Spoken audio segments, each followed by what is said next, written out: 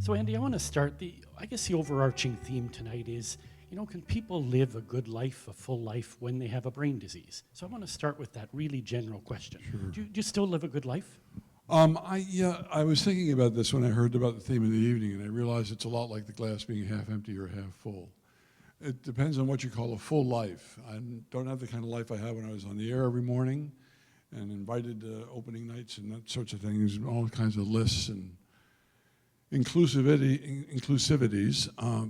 that I'm not interested in right now. And the reason that I wanted to be here tonight is because I had to test myself against my fears. You never know with Parkinson's. Everybody's is different. You're on different kinds of medications. I've had surgery as well.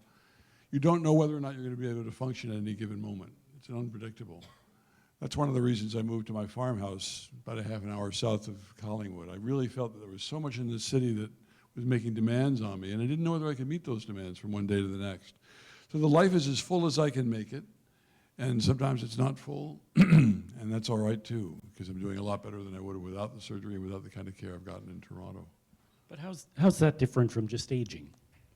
Good point. I think when you have Parkinson's is a chronic degenerative disease. Chronic means it's never going to get better, and degenerative means it's going to get worse, definitely. And when you were presented with that particular formula, it's really hard to know just how ambitious you ought to be. You can, on the one hand, try to overcome whatever the limitations are neurologically, physically, emotionally, mentally, or you can submit to them. So that's the difference. I mean, the human condition is not unlike anybody who's sick, but the human condition is different, I think, than what it is when you layer on top of it something that's never going to get better and is going to get worse. But we don't get the impression from the video from you here tonight that you've laid down. You're going on. You're having a life. Well, I think I went into retreat, frankly. I don't know if I laid down, but again, I found the challenges of daily. When I left the CBC originally, I was supposed to take a job as the host whisperer. That's literally host whisperer. I was going to mentor new hosts at the CBC right across the country. And I had a job at Ryerson to teach broadcasting in RTA. And I had to give both of them up because I just didn't feel I could rise to that occasion. So it's hard to know whether you're being overly ambitious and therefore testing yourself in a way that means you're going to fail, or whether it's just a good idea to go gentle into that good, if not night and evening, I wondered if you could tell us a bit about the diagnosis. You talked in the film about looking it up on Dr. Google, so you had a good idea. But that moment when you get the official word from the authorities you have Parkinson, is that scary? What's interesting is that it wasn't scary for me because I didn't know very much about it. I know I was being tested for it when you take a test like that, do you pass it or fail it? I'm not sure when they tell you you've got Parkinson. Anyway, it came out positive. After they dismissed the possibility of a brain tumor. There's lots of wonderful ALS, lots of wonderful things they want to test out first. You wait to find out which one's going to choose you. So I remember calling my late wife, Mary, on the phone and saying, it's Parkinson's. And she burst into tears. I didn't know what the problem was. I mean, I was still functioning fine. I was looked apart from the crabbed handwriting, big deal. So it was only later as I began to absorb more information about it, I began to get a little alarmed, a little concerned. But even then, I know people who've had it for 15 and 20 years, and they're not doing as well as they sometimes would like. I don't always do as well as I would like. So, but as I learned more about it, it became more absorbing. But is getting more knowledge, is it comforting or is it frightening? Great question. I asked a fellow I know, Philip Hébert, do you know him? Have you met him? He's a doctor, and I said, is it good? Is he here, Philip? No, okay, too bad. I said, is it a good thing to be a doctor when you're diagnosed with a difficult disease? Do you know too much? Is it more difficult to go into denial, because denial is good for you sometimes. It helps cushion the blow. What was the question? Something about denial. Yeah. No, I was asking you, is it better to have more knowledge or yes, to be blissfully ignorant? Yes, absolutely. And unfortunately, there are so few neurologists in Ontario and so many people with Parkinson's or are going to have Parkinson's. It's an aging disease. How many, if you don't mind, how many people here either have it, know someone very close to you who has it? And it's going to be more, believe me. So when you get diagnosed, they might give you a pamphlet. They may not give you a book. Some of these things you learn on your own, cruising the internet or meeting other people with Parkinson's. So yeah, it really helps. I didn't know, for instance, for the first couple months that I had it, that when I was getting medication in the beginning, I didn't know that if you had protein, like a steak, this gets technical, the protein is looking for the same neuroreceptors in your brain that L-DOPA is, the medication you've been given. If the protein gets to those neuroreceptors before the dopamine does, then it blocks the recipient site. So if you have meat or protein before a meal, the medication, it doesn't work at all. And if you don't know that, you can get in trouble. And I had to find that out on my own. So it's tricky. Lots of other things like that, sorry. And we think about Parkinson as a movement disorder. You associate it with the shakes. But there's a lot of other symptoms. You alluded a bit to that earlier too. What's the worst thing for you? Is it the fatigue? What is it? The worst thing for me is, at the moment, for instance, my voice. It's not what it used to be. That's dumb and silly, but that's the way I base my career. The worst thing, people will say, you look great, you look terrific. Right now, I appreciate the applause. I hope I look better than I did there, for God's sake.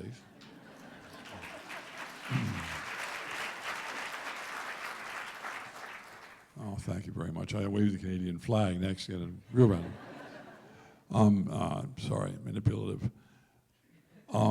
People will say you look great, but they don't see you when you don't look great.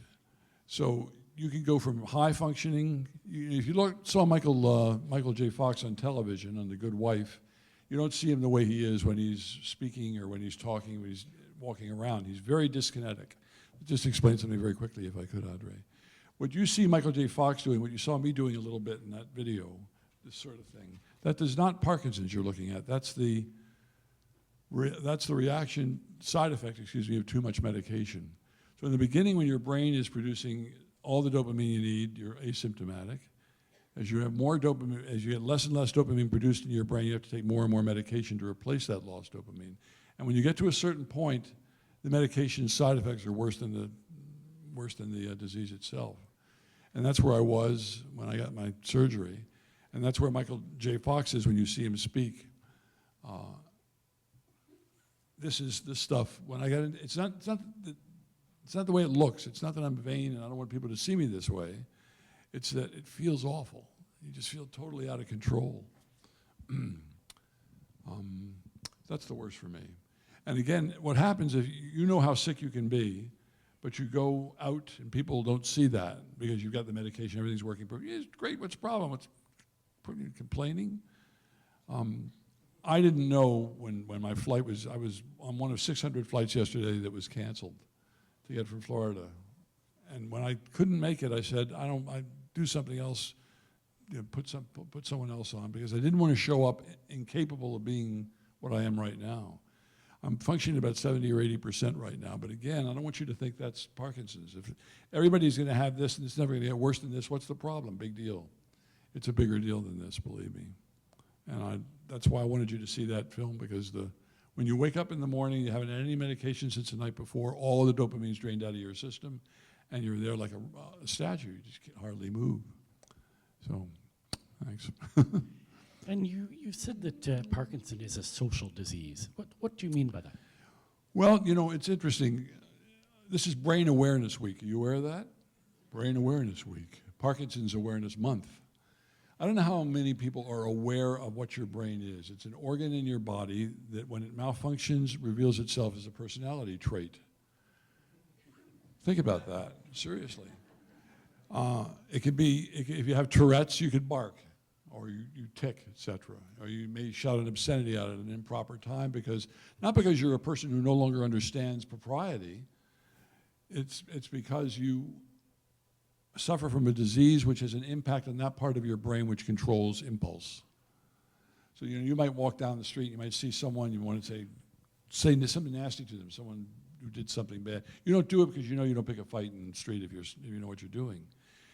if you have a disorder that puts a chip on your shoulder, literally, because the chip, which normally would be suppressed, is now allowed to surface, you're in trouble. And that's what Parkinson's is. That's what any brain disorder is. When you, and every step you take, every thought you think, every love you make, I mean, it all goes back to the brain. Every single solitary thing you do, you think, no matter how trivial, is mediated in some way by the brain. The automatic things like walking, for instance, are the things that show up first in Parkinson's because that's where the problem is. In the automatic part, you don't have to tell your heart to beat. You don't have to tell your lungs to breathe 17 times a minute. That's all looked after, and the rest of the brain is there to, be obnoxious or have fun or tell a joke or whatever. The voluntary part. But every other thing you do is, well, I gotta make that part of another answer. I'm sorry, André. That's okay. Yeah. That's very interesting. Sure. So talk a bit more about treatment. How do you get treatment? You talked about drugs a bit, about L-DOPA. Sure. What else? Well, first of all, how you get treatment is you have to find a neurologist. And that's not easy. We're very lucky. We live in Toronto. Toronto Western Hospital is a fabulous place. Their neurology department, which was first established by, this is why I'm not on the radio anymore. Where's my studio operator? My studio director is supposed to be giving it to me in my ear now. Help me. No, Morty Schulman. It's named after him and his wife, Gloria. No, of course. Oh, David. No, I'll come back. All right. Where am I? So anyway, once they know it's Parkinson's, they usually prescribe drugs. There are two classes of drugs. Dopamine, L-DOPA is one of them. This is the drug that was discovered. Any of you see Awakenings, Robin Williams in Awakenings years ago? This wasn't Parkinson's. It was a form of Sort of locked-in syndrome. Yeah, of some locked-in sort. syndrome. People couldn't move. Anyway, this is a big breakthrough, a huge breakthrough. And this is, by the way, the one persistent thing I can't get rid of is losing a thread. I just, you wanted to know about treatment? Yeah. Okay. So, you see a neurologist, they prescribe the drug, and usually if it's a tremor you have, that's not always an issue in Parkinson's. Not everybody has a tremor. If it's a tremor you have or some other symptoms of Parkinson's, they increase the dosage until those symptoms are suppressed. And when they get worse, then they give you more medication, and eventually they might prescribe the surgery that I got, which is another whole story. And along the way, you're also supposed to eat right, and supposed to exercise, all sorts of things that you do or don't do depending on what kind of patient you are. And if you're very lucky and it's a very slow progress of the disease, you may not suffer more than that. Some people have very, very serious, very speedy descent into terrible symptoms. Some people very slow. Parkinson's generally does not kill you, by the way. Parkinson's is responsible for, if you see someone who's had very terrible Parkinson's, it might say due to complications from Parkinson's, which might be if you're in bed because you can't move anymore, you get pneumonia, or you fall because your balance is affected, and falls can precipitate all sorts of problems in health. But a lot of people have been around with Parkinson's for like 10, 15, 20 years, and they're still functioning okay. Now, let's talk about the other aspect of treatment. You opted for this surgery, deep brain stimulation. Mm-hmm. Tell us, first, how did you make that decision? Well, it's interesting. First of all, when I read it, when I got my first Parkinson's book, I read about DBS, deep brain stimulation, and I said, oh, it's not me, forget about it. So when it was suggested by my neurologist that maybe this is something I ought to consider, what he said to me is, if you want to make a dramatic difference, this is the last thing you can do. We can't give you more meds. You're going to have to live with that. If you don't have the surgery, there's nothing more we can do unless they find a cure or some other breakthrough. And I disregarded that. I ignored it. I said, sorry, I'm not ready to have my brain opened up. 2 holes drilled in my skull. Thank you very much. But then I realized later that the likelihood that the Parkinson's was going to worsen is 100%. It's a degenerative disease. It's going to get worse and worse and worse. On the other hand, the success rate in Toronto at the Western is about 98%. So my attitude is it's 100% likely that I'm going to be worse, and 98% likely I'm going to be better. So someone said, you're going to put your brain in the hands of a surgeon? I said, well, if I don't put my brain in the hands of a surgeon, I'm going to put my life in the hands of Parkinson's. So at that point, it was a really easy decision. And how was the surgery? I've had the pleasure, I've gone in and watched people get deep brain stimulation, so you're awake, people are poking around in your brain. Did you feel the difference right away? Fascinating. First of all, again, there are no brainer.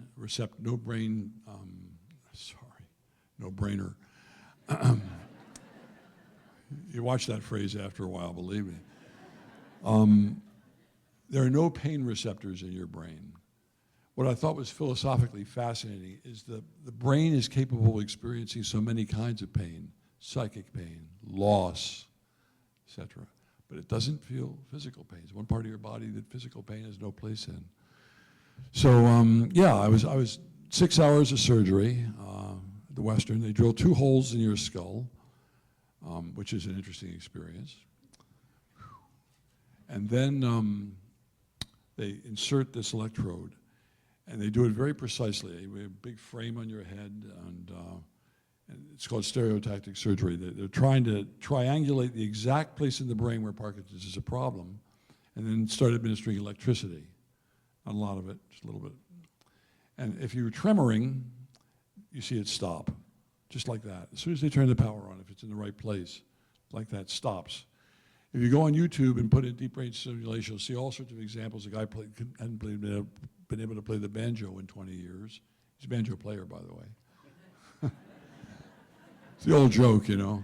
Will I be able to play banjo after my surgery? Yes. Well, I never could before. That's wonderful. But it's really remarkable. These are people who have never been able to lift a glass of water to their mouth because they'd spill it all over themselves. They're tremoring so badly, and they turn it on, and bam, it stops. And the woman drinks. She's in tears. She's just drinking out of that cup.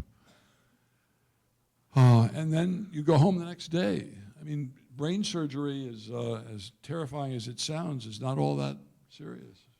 So I went back, and they didn't turn the electricity on. I have a pacemaker type device under my skin now. It's planned. It's part of the routine. So they put it in, and then 2 months later, they turned on the electricity. They want to get it settled in, make sure there are no complications, no internal bleeding or whatever. And when they turned it on, you'll see this when this film is completed, I hope, one day. It's remarkable. Because again, I'm going from, when you go in there after they install it, you don't take any meds at all, because they want to see what part the meds are playing and what part the stimulation is playing. I'm sitting there like, it's hard to describe. It's like this, just like this, immobilized. Turn it on, 4 or 5 minutes later, I'm getting up and I'm walking right down the hall. Very dramatic. If you all know what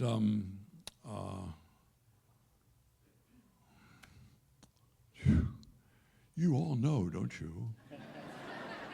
What? So stupid. It's like my name. The website with all the wonderful speeches and. Yeah, TED Talks. TED Talks, thank you. Dr. Andreas Lozano, the man who did my surgery, is on TED Talks. If you've never seen it, go on and watch that. It'll blow you away. It'll just amaze you, the difference it makes in people's lives. It's not a cure. What it does is it suppresses the symptoms of the disease. That's all it does. We don't know why. No one knows why, but it works. It's fascinating. And it is a terrific TED Talk to watch. Yeah, you saw it. We're almost out of time, so I want to ask you one last thing. We saw a lot of hands go up, a lot of people with Parkinson, loved ones with Parkinson. What kind of advice can you give them, the newly diagnosed, those who've been living a long time? What inspiration can you give them? You've already given them a lot, but what parting words would you have? Well, one thing that inspired me is the day I got the diagnosis, I went onto the website and I looked for Michael J. Fox's website. I think it's michaeljfox.com, I think. And it said there that if you are alive today and you are diagnosed today, it's very likely that you will be around to enjoy the fruits of Parkinson's cure. It's going to be, when it happens, it's going to be like insulin was in Toronto when Banning and Best discovered insulin, and diabetics who are going to be dying in weeks live for years and decades more. So that's encouraging. I stayed away from group therapy and so forth. I don't know, I've never been a person who was comfortable in that situation. I can talk to 300,000 people, but not 10. And I would suggest, it really helped me a lot, if you don't want to go to a group thing, find someone else who's got it and talk to them. Because misery does love company. When you're miserable, it's nice to know it's not your fault. That's the final thing. If I could, Andre, just one more final thing. I hate exercise. It goes way back to when I was in high school and I got beat up by bullies because I couldn't sink a basket, and I just stayed at a gym forever, and that was it. And I refused to do exercise because they kept insisting this was going to help me out.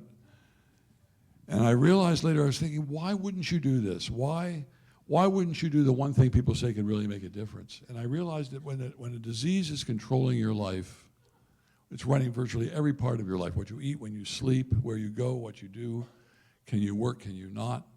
There's a point at which you just want to tell it to go screw itself, you know? And the only way you can do that is not follow its demands, even though that's so self-destructive. So if I miss a pill, for instance, during the day, I can really slow down to almost nothing. So how can you miss a pill? Your alarm went off and I set alarms in my phone. How can you let that happen? Because it really can affect my life very deeply. And the reason I let it happen is because it's my way of taking control of my life, even if taking control means losing control. Get it? So cut yourself some slack if you do that. That's the disease is partially to blame. The disease is screwing up your judgment, ruining your ability to see clearly what you have to do. Great. Well, thank you for the conversation. I'm honored to sit up here with you. I'm going to invite Whitney Goldstone to come up for our next talk. Andy and I are going to go down, take a rest, and come back later.